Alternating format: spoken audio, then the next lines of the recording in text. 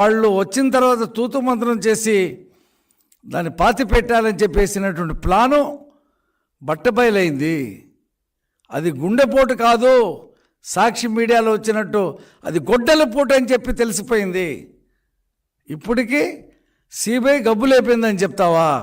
మొన్న ఆ మధ్య పులివెందులు వెళ్ళినప్పుడు నువ్వు హంతకుల్ని రక్షిస్తూ ఒక పక్కన 5 సంవత్సరాల నుంచి సిబిఐ గబ్బు లేపటం ఏంటి? ఇవాళ ఇంకా 3 గంటల్లో నీ అధికారం అంతా పోతుంది. ఈ రాష్ట్ర ప్రభుత్వం నీ మాట వినదు. ఎన్నికల కోడ్ వస్తుంది.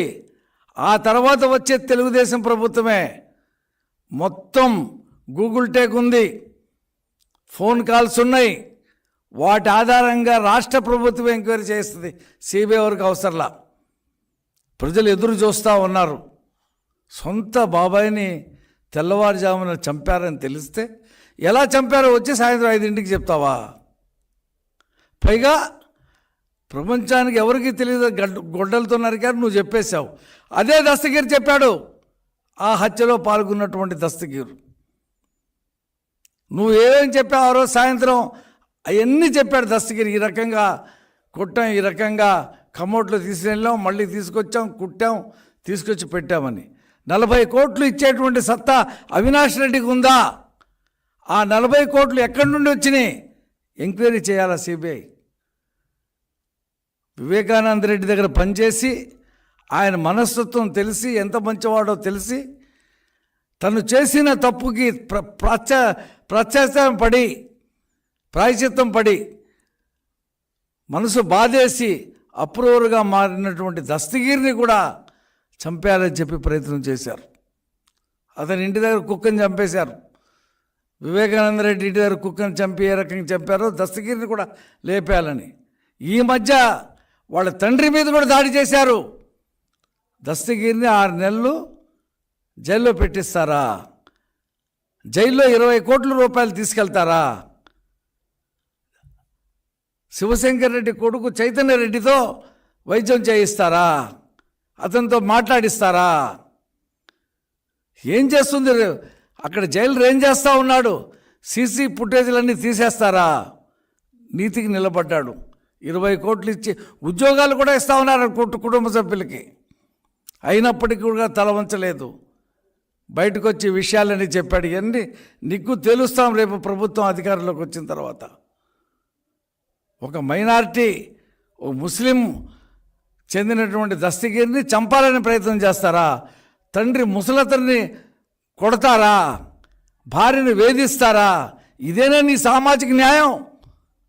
ఏదో 7 సీట్లు ఇచ్చాను అని చెప్పేసి మాట్లాడుతూ ఉన్నావు కదా, ఇదేనా నీ సామాజిక న్యాయం?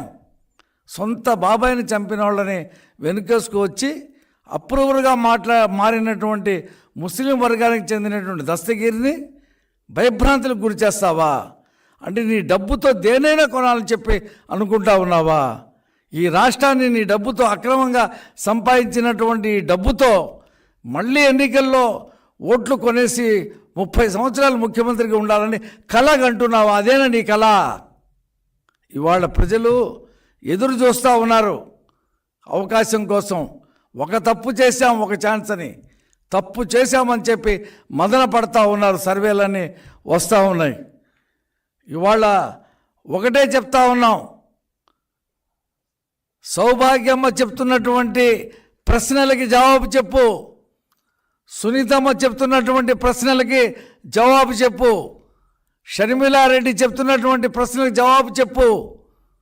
రక్తసిక్తమైనటువంటి నీ చేతులు ఇవాళ ఏ రకంగా దండం పెడతా ఉన్నావు, చేతులు జోడిస్తూ ఉన్నావు ప్రజలకి.